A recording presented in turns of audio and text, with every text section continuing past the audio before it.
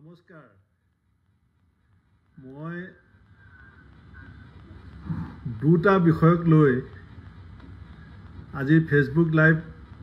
আহিছো খন্তেক পাছতে মই আহমেদাবাদলৈ যাম কালিলৈ আমাৰ CWC মিটিং আছে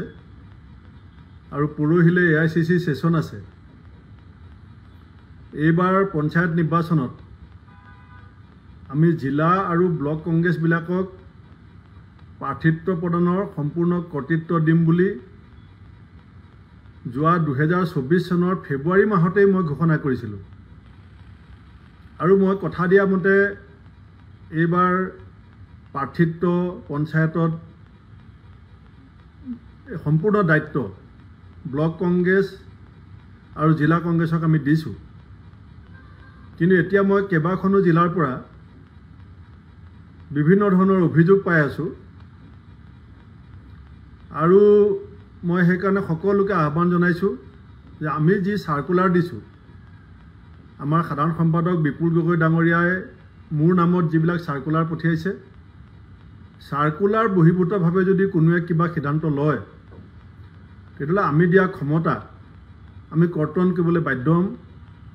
আৰু জিলা আৰু ব্লকৰ ক্ষমতা কৰ্তন কৰি আমি প্ৰদেশ কংগ্ৰেছে সিদ্ধান্ত ল'ব লাগিব সেইকাৰণে মই সকলোকে বিনয়েৰে আহ্বান জনাইছো যে আপোনালোকে এজ পাৰ সাৰ্কুলাৰ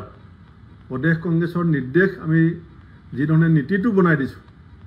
সেই নীতিৰ দ্বাৰা পৰিচালিত হ'ব দ্বিতীয়তে মই অসমত এই দুদিন নাই এটা অডিঅ' মোৰ নাম সংযোজন কৰি কাৰোবাৰ কথোপকথন ভাইৰেল হৈ আছে আজি আমাৰ প্ৰদেশ কংগ্ৰেছৰ সাধাৰণ সম্পাদক ৰামান্না বৰুৱা ডাঙৰীয়া আৰু আমাৰ মিডিয়া বিভাগৰ APCC চেয়াৰমেন বেদবত বৰা ডাঙৰীয়াই খন্তেক সময় পাছতে FIR এখন দিব মই সহি কৰি পেলাই পঠাই দিছো আৰু মই ৰাতিপুৱা আমাৰ মাননীয় সিটি কমিশনাৰ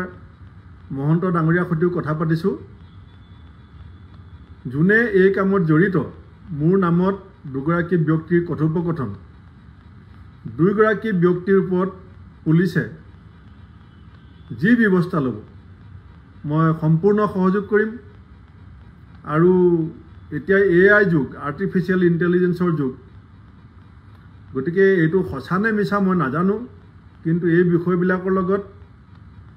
কোনো দিনে জড়িত হোৱাৰ কোনো প্ৰশ্ন নাহে গতিকে পুলিচে যাতে এই কথোপকথনত জড়িত ব্যক্তি দুজনক বিচাৰি উলিয়ায় আৰু সঁচাসঁচি যিটো কথা সেইটো প্ৰমাণ কৰক আৰু মই নিশ্চিত যে ইয়াৰ লগত মই জড়িত নহয় তথাপিতো এই বিষয়টো পুলিচে তদন্ত কৰি বিষয়টো ৰাজহুৱা কৰিব লাগে মই অসমৰ মুখ্যমন্ত্ৰীকো আহ্বান জনাইছো কাৰণ আজি মোৰ বিৰুদ্ধে যি ধৰণৰ ষড়যন্ত্ৰ হৈছে কালিলে আমাৰ বেলেগ ৰাজনৈতিক নেতাসকলৰ বিৰুদ্ধে এই ধৰণৰ ষড়যন্ত্ৰ হ'ব পাৰে গতিকে অসমত যাতে এই ধৰণৰ এই অডিঅ' ভাইৰেল কৰি এটা মিছাকে এটা বিতৰ্কত এজন নেতাক সাঙুৰিবৰ কাৰণে কোনো সাহস কৰিব নোৱাৰে তাৰ কাৰণে এই ভিডিঅ'টোৰ ক্ষেত্ৰত কঠোৰতম ব্যৱস্থা দোষীক বিচাৰি দোষী যোনেই হওক দোষীক বিচাৰি শাস্তি দিবৰ কাৰণে মই মুখ্যমন্ত্ৰী ডাঙৰীয়াকো আহ্বান জনাইছো আৰু মই সকলোকে মই অহা 10 তাৰিখৰ পৰা এই আমাৰ অসমৰ ইমুৰে সিমুৰে নিৰ্বাচনী প্ৰচাৰত ব্যস্ত হ'ম আৰু যিসকলে মোক